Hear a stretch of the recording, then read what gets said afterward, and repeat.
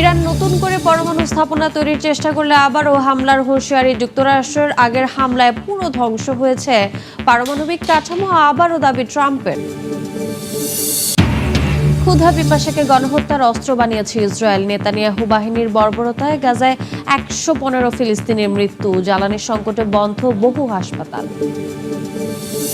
অবরুদ্ধ গাজার ক্ষুধার্ত ফিলিস্তিনিদের উপর ইসরায়েলি বর্বরতা চলছে।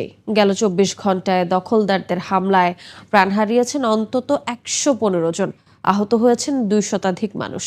ফিলিস্তিনি গোষ্ঠীগুলোর অভিযোগ, ক্ষুধা পিপাসা আর অবরোধকে গণহত্যার অস্ত্র বানিয়েছে ইসরায়েল।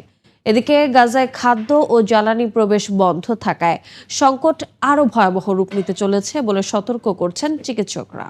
খাদ্যে বিষক্রিয়ায় অসুস্থ হয়ে পড়েছেন ইসরায়েলের প্রধানমন্ত্রী বেনিয়ামিন নেতানিয়াহু। স্থানীয় সময় রোববার তার কার্যালয়ে জানায় অন্ত্রের প্রদাহ ও পানি শূন্যতায় ভুগছেন। মস্কো সহ রাশিয়ার বিভিন্ন শহরে নজিরবিহীন ড্রোন হামলা চালিয়েছে ইউক্রেন। একদিনেই ২০০-র বেশি ড্রোন ভূপাতিত করার দাবি করেছে রুশ সেনারা। টানা ড্রোন হামলার কারণে বন্ধ রাখা হয় মস্কোর ৪টি আন্তর্জাতিক বিমানবন্দর। এদিকে রাশিয়ার পাল্টা বিমান হামলায় ইউক্রেনে প্রাণ গেছে অন্তত ৩ জনের। যুদ্ধকে যেন ভিডিও গেম বানিয়ে ফেলেছে ইউক্রেন।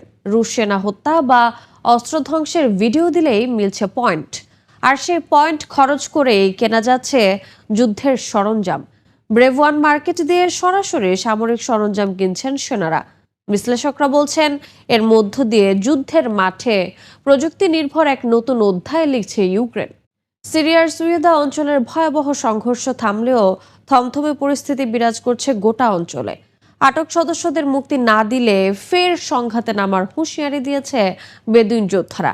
সহিংসতায় এখন পর্যন্ত প্রাণ গেছে ১,০০০-এর বেশি মানুষের, বাস্তুচ্যুত হয়েছেন লাখের বেশি। এদিকে দুই সম্প্রদায়ই সংঘর্ষে জড়িয়ে মানবাধিকার লঙ্ঘনের অভিযোগের মুখে পড়েছে।